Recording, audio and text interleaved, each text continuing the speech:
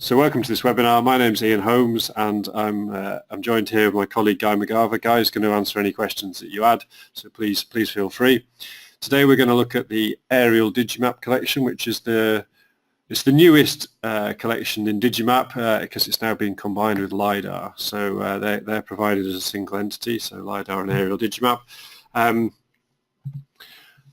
After this webinar, you'll get an email with a few links. So we are recording this and that will be made available via our YouTube channel, so you can revisit it if you wish in the future. We will also send a transcript of all questions and answers asked during the webinar. And in the email as well, you'll get a link to the Aerial Digimap information page.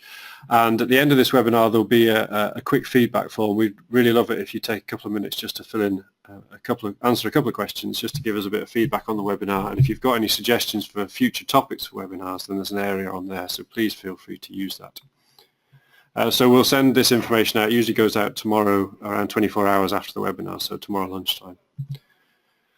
Okay, before we crack on, it's really useful for us to know who have we got attending this webinar. So I'm just going to launch a quick poll so we can find out what the status is of the people that have joined in today. So if you could just tick the one that's most appropriate for you. If there isn't one that's relevant, please just tick the other thing and let us know in the questions area, and we can get that information from there. All right, that's everybody answered. So if I just share this quickly. So yeah, so we've got quite a lot of support staff, academic staff, some undergraduates and postgraduates. So that's good. It's good to know. Thank you very much for doing that. Okay, so we just a quick overview of the service first. We're going to do this webinar in two parts. The first part will be an overview with some examples of where the data might be used and the disciplines that it can be used in. And then the second part of the webinar will be a demonstration of the aerial roam and the aerial download applications to give you an idea of how they work. So this, the Aerial Digimap Collection, is a new venture that EDINA at the University of Edinburgh have undertaken with Get Mapping. This particular collection is not done through JISC, so it's a direct relationship with EDINA and Get Mapping to provide the data. The data is 25 centimeter resolution aerial imagery, aerial photography captured by Get Mapping. So 25 centimeters is the resolution, it's the pixel size, it's quite detailed, and it is the most detailed coverage available for the whole of Great Britain. There's a couple of figures there about the actual data set. So it's around 250,000 tiles, which are provided as 1 kilometer tiles. We get them in JPEG format, so they're a bit compressed, and it's just under 2 terabytes if you were to download the whole set.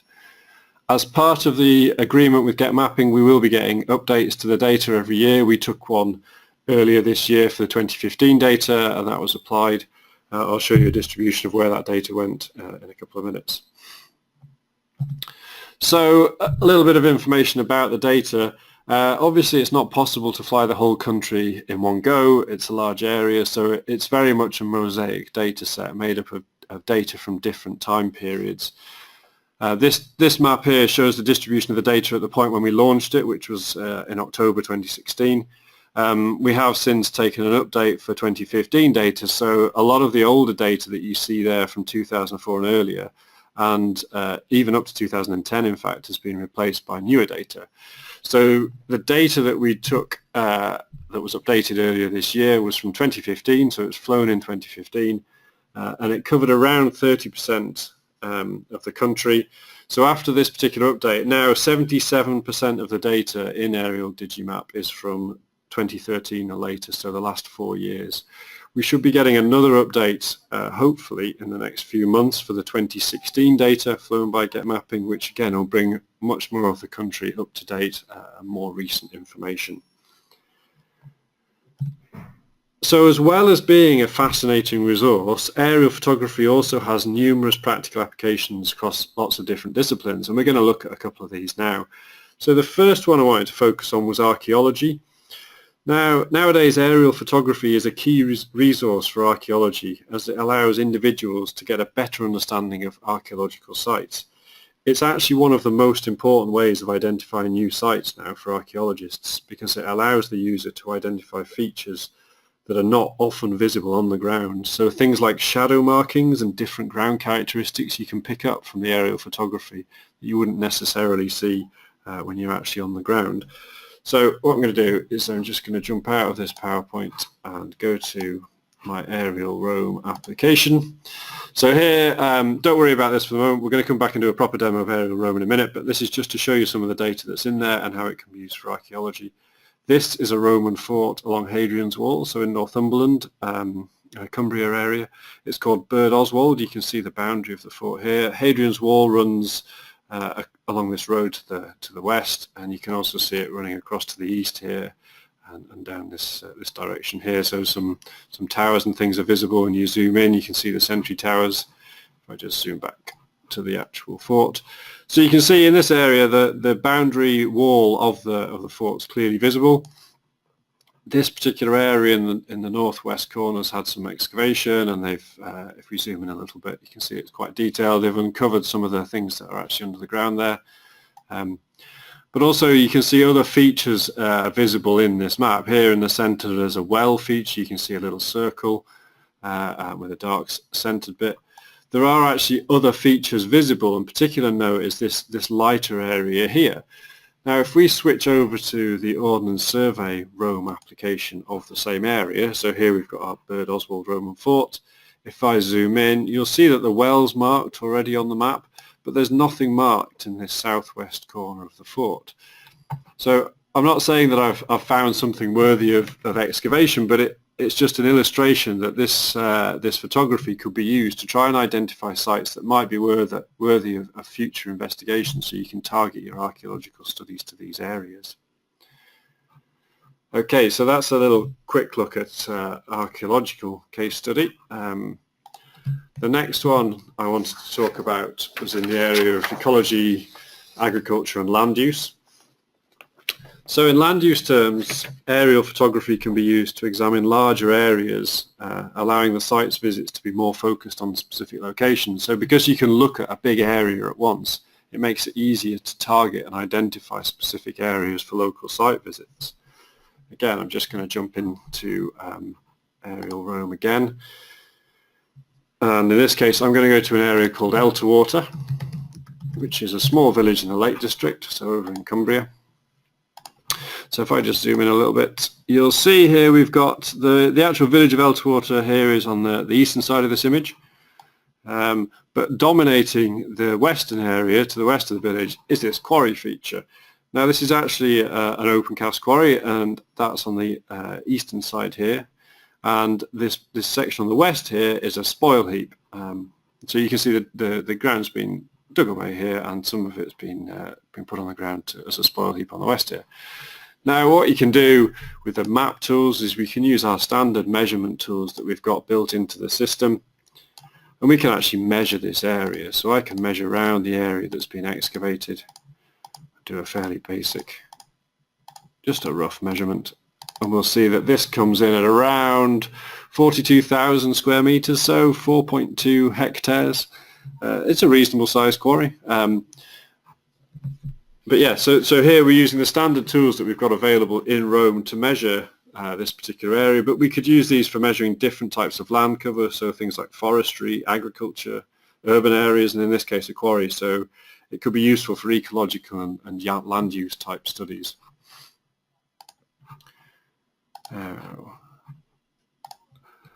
If we look at the urban planning environment, in the urban environment, aerial photography is a vital resource to understanding the existing infrastructure and the land use that's on the ground there. And using 3D modelling with this data, the impact of proposed developments on the environment can be assessed. And sort of tying in with that, if looking at the area of architecture and landscape design, similarly with architectural studies, it's possible to combine multiple data sets from Digimap to create realistic 3D models so you can assess the impact of changes to existing architecture and infrastructure. So nowadays, modern GIS and CAD applications, they pretty much all support 3D modeling, and using the data from Digimap, you can really easily create these models. So rather than talk about it, I've actually got one that we've created. So this is a 3D model of Battersea Park in London. So this is the River Thames that's running through across the northern section here. This is Battersea Park. This is Battersea Power Station. If I just zoom in a little bit, it's a 3D model. It is fully interactive. Here you can see the 4 towers of the iconic Battersea Power Station building. If we just scroll down a little bit there, what we've got here, all these data sets were taken from Digimap. We've done no processing to them whatsoever. We just added them to QGIS and then ran a plugin to create this 3D model. So the underlying terrain surface that gives us the features on the ground and the actual terrain features there, that's created from a product called OS Terrain 5. So that's a 5-meter raster heighted data set. It's a fairly flat area, so you're not seeing much in the way of topography here, but there is a visible dip around the River Thames here. We've also got these orange contour lines displaying on top, so these are the Terrain 5 contours. These are contours at a 5-meter vertical interval. So again, because it's so flat, you don't see very many of them, but they're all there, and you can see them along the banks of the Thames there. Now on top of our surface, we've draped the aerial photography. So this has come out of directly out of Aerial Digimap, and it gives us a realistic surface. So in the park area here, we're seeing the land cover, so we can see the tennis courts, and then in between the buildings, you can see the road features. We've also highlighted these road features with this centerline data set. So this is the open roads data set from the Ordnance Survey Digimap Collection. It's a network data set that allows routing along roads, and there are some minor paths, I think, displaying here as well. So this is really, it's a road centerlines data set with junctions marked as these red spherical objects in the middle here. On top of this, we've also added buildings, so you can see we've got heighted buildings here. This is the building height attribute data set from Ordnance Survey, and that provides the building footprints plus a height value for each object. So that's why the power station towers are different. They've got the correct height for the actual chimneys that are on that building. Now finally, the last data set we've added here is the trees data set, which is it's a subset of the master map topography layer. We've just extracted the point features for positioned trees. So it doesn't include things like forests or coppices, which is what we've got towards the south here, but individual positioned trees. We've got deciduous trees shown with a tree trunk and a spherical object on top, and then for deciduous trees we've got a little tree trunk and then a cone-shaped object for the tree canopy on top. So that's our deciduous and coniferous trees. So you can see we've got quite a realistic 3D model of the area. So if you're planning to do some building work in this area, or an environmental study, or an infrastructure change, then you could model this quite easily and use the base data out of Digimap, including the aerial photography, to build up quite a realistic 3D model of the area. Now, this is just an example created from QGIS. We do actually make sure that our data works in lots of different software. So there's a list of the data sets that I just talked through, bottom right hand side of that slide, and a screen grab of that model. But also, here's a model that was created in InfraWorks. So this is a CAD package from the Autodesk family of products. So this is actually Elterwater. This is the little village of Elterwater that we just looked at in aerial Rome. So here's the village down here towards the bottom of this picture. This is the quarry feature, and this is the spoil heap. So I measured around this quarry feature, which came in at just over 4 hectares. But when we were looking through the aerial photography, you didn't really get an impression of how deep that feature was and the topography of the area and how big that spoil heap is. But by doing this as a 3D model, you can actually see that quite a lot of this hillside has been taken away, and the spoil heap towards the top of the picture here is actually quite sizable. It's quite a sizable feature. So this is just to show you the modeling in a different package, but also it's a slightly different use where you can see the impact of a particular feature. Finally, we've got a screen grab from a different GIS package called ArcGIS Pro. And again, this is just of Edinburgh, of the Arthur Seat feature. The data sets that are listed in that little blue box there we used to create this model. The key thing here is we've sort of slightly made the aerial photography semi-transparent, so you can see the actual map data underneath where it says Salisbury Crags under here, and this feature here says St Leonard's, which is an area of Edinburgh. So that's just to give you a flavour of how 3D models can be created using a whole bunch of different data sets directly out of Digimap without any actual processing. I just took those data sets and threw them in these applications, and they all handle 3D modeling really well nowadays. So creating them was actually really simple. Now, before we jump into Aerial Rome, we're going to run a quick poll again, just so that we can get an idea, it's really useful for us to know if you already use Aerial Digimap, if you currently subscribe, or if you don't, or if you don't know. If you could just complete this poll, it would be really helpful for us to know. Whilst you're doing this, I've just had a reminder from Gaia. Feel free to ask any questions in the questions area. If you've got any questions about the data or using the data in software, please do just fire away. All right, that's great. We've had majority of people have answered, so I'll just share the results. So we've got 50% of people use Aerial Digimap and 50% don't know, which is fair enough. So thanks very much for completing that. It's good to know. Now what I'm going to do is I'm just going to jump back into Aerial Roam, and we're going to have a look now at the actual application itself. Let me just zoom right back out. So this is what you'd see when you first go into Aerial Roam. Now you'll notice there's no aerial photography on here. The first 3 zoom levels show OS data, and you can see that in the zoom slider on the right hand side here.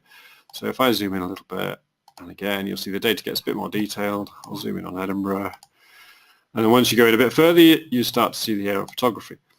Now you'll see this sort of blocky nature of the photography. This just goes to show the individual tile size. So I said before it's 1 kilometer tiles, and you can see that in the actual blocky nature of the edge here around the coastline.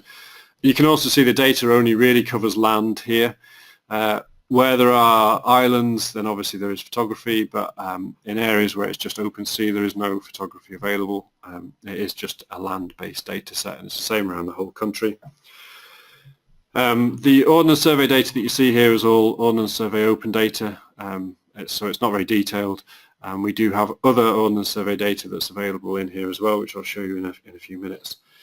So if I just zoom in a little bit more, I'll find Edinburgh Castles. Here you'll see it's quite detailed data, so it's 25 centimeter resolution. If I just zoom, keep going in as far as we can go. So this is the Castle Esplanade here. You can make out individual people here and their shadows. I was taken on a sunny day. If you scroll down a little bit, you can see the white line down the middle of the road. You can see cars parked, individual parking bays, things like that. It's a really detailed data set, and it's a really fascinating resource to have spend time and have a look around. If I just zoom out a little bit. What we have underneath here is we have an opacity slider where there is actually Ordnance Survey open data underneath here. So if I use this opacity slider across the top here, you'll see that we are now making the aerial photography semi-transparent, and underneath that we can see some road and map data. So we can see street names here. If we scroll across, we can see Edinburgh Waverley here. That's one of the major train stations here. So you can use this, if you're not sure what features are or where you are, you can actually use this opacity slider to reveal the map data underneath.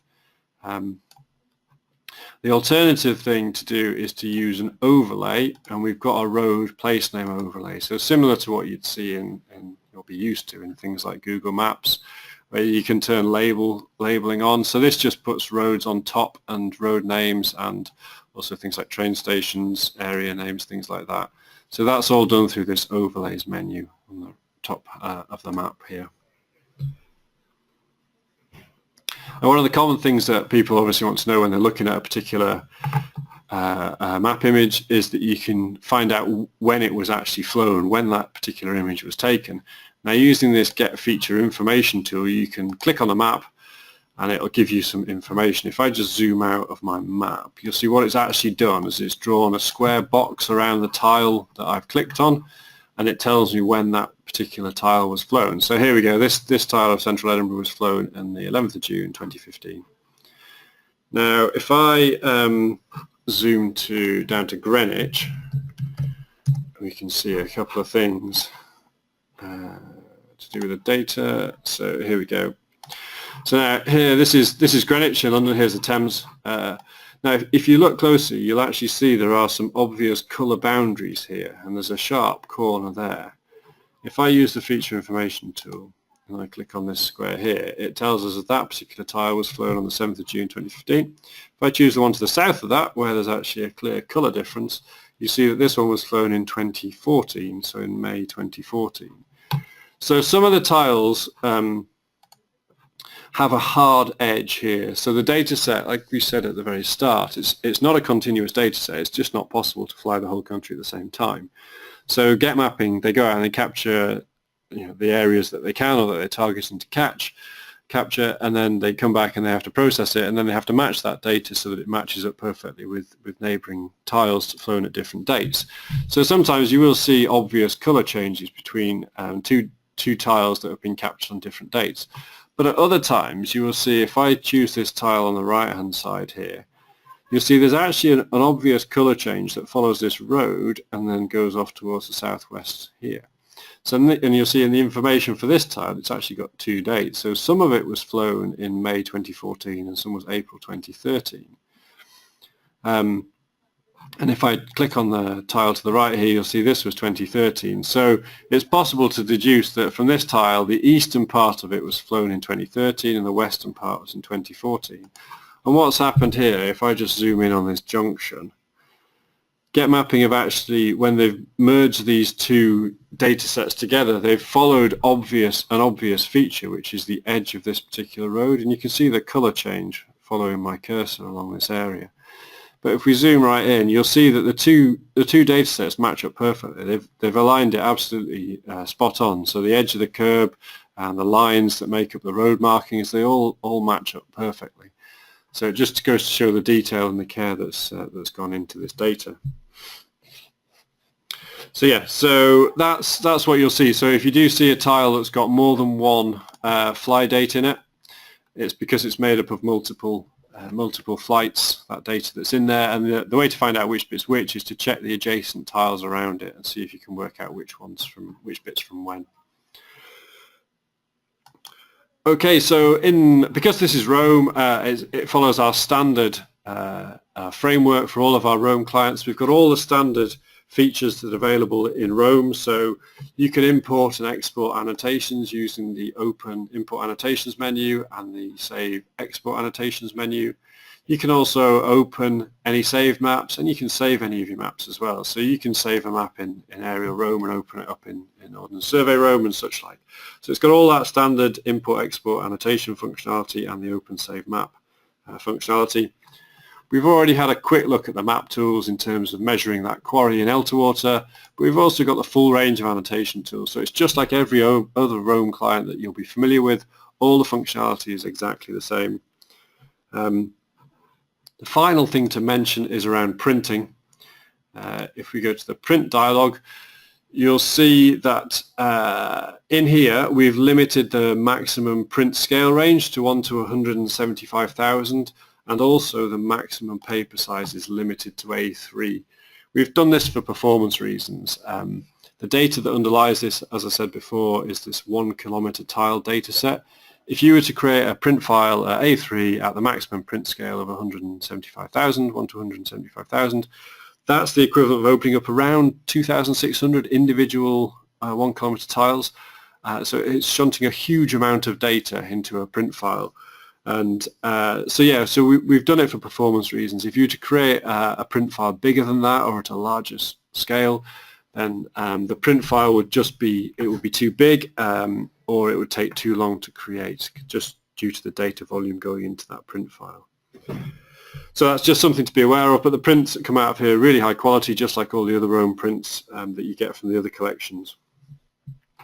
And together with when you're generating your print file, any opacity setting that you set in your map window, plus any overlays, so if I turn the overlay on, these will come through in your print file, which you can see on this content preview here. So I've set my map to be semi-transparent, plus I've added on the road place name overlay, and you'll see that will come through into your print file.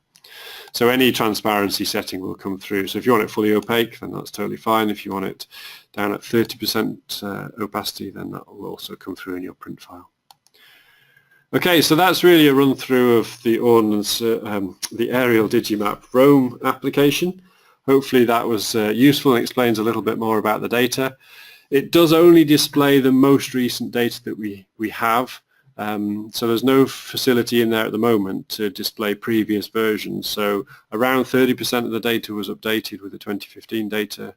We do hold that older data, and we may look in the future at exposing that through Roam. But at the time being, we only expose the most recent data that we have through the system. Now what we're going to do is jump out and have a look at our aerial download service. So into aerial download. Again, anybody that's familiar with any of our download clients, this will look very familiar to you. It's the exact same process. It's our three-step process. You choose your area, choose your data, and add it to your basket to place your order. So what I'm going to do is I'm just going to zoom into Edinburgh and order a little bit of data. So I'm going to have some data for central Edinburgh, including Arthur's Seat and the castle. So I'll choose this area, choose my data. We've only got one product at the moment. I'm going to add it to my basket. We'll give it a name and then press the request download button. Okay, so that'll go away, and it'll in our systems we'll extract that data, and you'll get two emails just like every other download application. The first one will acknowledge receipt of your order, and then the second one will provide a link to download that data once it's available. Because it's already pre-prepared data, it's usually very quick to download this data. There shouldn't be any major delay in getting hold of it. A couple of things to note. I chose this particular area, but it's not very clear how much data I was going to get from there. We do have this availability grid on the right-hand side. If I turn this on, there's only one option in here, but anybody that's familiar with other download clients will see that in other collections you can get multiple different availability grids depending on how many data sets are available in that collection. If I turn this on, this is showing the individual tile boundaries of all the 1 kilometer tiles that this data set is made up with. And the number in brackets is the most recent date flown for that particular tile. So here, Central Edinburgh, it's all 2015 data nowadays, and the individual tile name is the bit above there. So NT2473 is that particular tile, 1 kilometer tile. Now, when I chose my area, let's just choose a similar sized area. You'll notice in the select data panel on the left hand side we have an allowance column, and it tells you roughly how many tiles you're going to download. So here I've got about 34 tiles, and it's got an allowance as well. So my allowance for individual downloads is 100 tiles, so that's 100 square kilometers, a 10 by 10 kilometer area. And again, we've added this restriction so that you don't download too much data in any one go. That's not to stop you from downloading multiple orders, so you can create multiple orders of this data to ensure that you get all the data that you need, but we've just restricted it so it's 100 tiles in any single order. And the reason is just down to file size. Approximate file size of each of these aerial photos is around 7 megabytes. So if you take 100 tiles, then that's around 700 megabytes. If you're downloading this over a wireless network, it could be quite slow. So we've put this 100 kilometer tile limit on there. To show you what that actually means in terms of area, if we go to our reference grids and turn on our 10 kilometer ordnance survey reference grid, I zoom out a little bit. Each one of these is 10 by 10 kilometers, so that would be 100 tiles of aerial imagery. So if you wanted to download data for the whole of Edinburgh, the easiest way to do it is to actually use these tile names in your orders, and you can just string together multiple orders. So you can order tile NT17, NT27, and so on. And you just do it through this use tile name button on the left hand side. So if I order NT17 first, press go, you'll see it highlights that whole tile.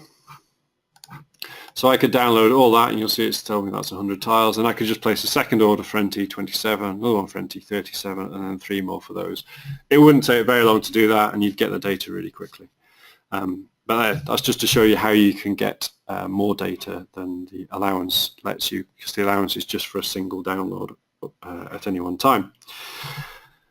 The final thing to note through here is there is only one product available at the current time, and that's listed here. And much like Aerial Roam, we only supply the most recent version of the data through the current interface. Again, it's something we're looking to do. So where we start to build up some history for certain areas as we get the updates from Get Mapping, we're looking at ways of exposing the previous versions as well, so that people can download data, previous versions of the data where it exists. So at the moment it's not possible to do it through the interface, but hopefully in the future then that will be possible.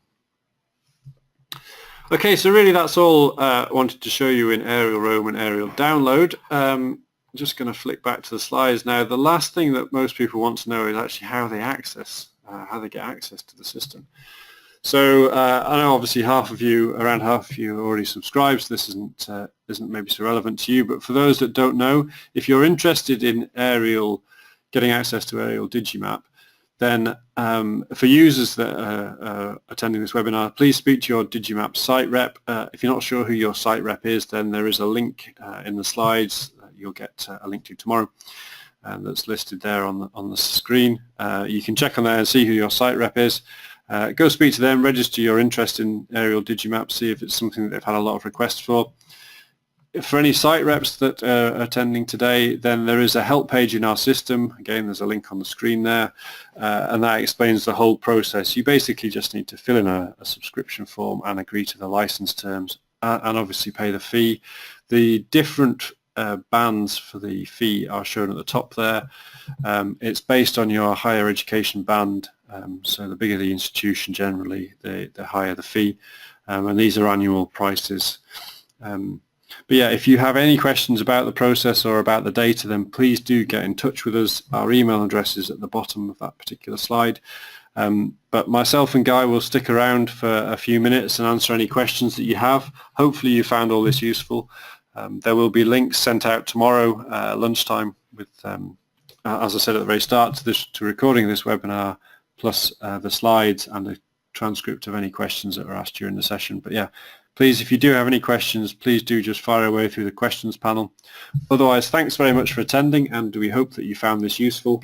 There will be a quick feedback form should pop up when you exit the webinar. I'd be really grateful if you could just spend a couple of minutes answering that. And if you have any suggestions for topics for future webinars, then please add them in. But yeah, thanks very much for attending, everybody. And yeah, like I say, we'll stick around for a few minutes if you've got any questions. Thank you.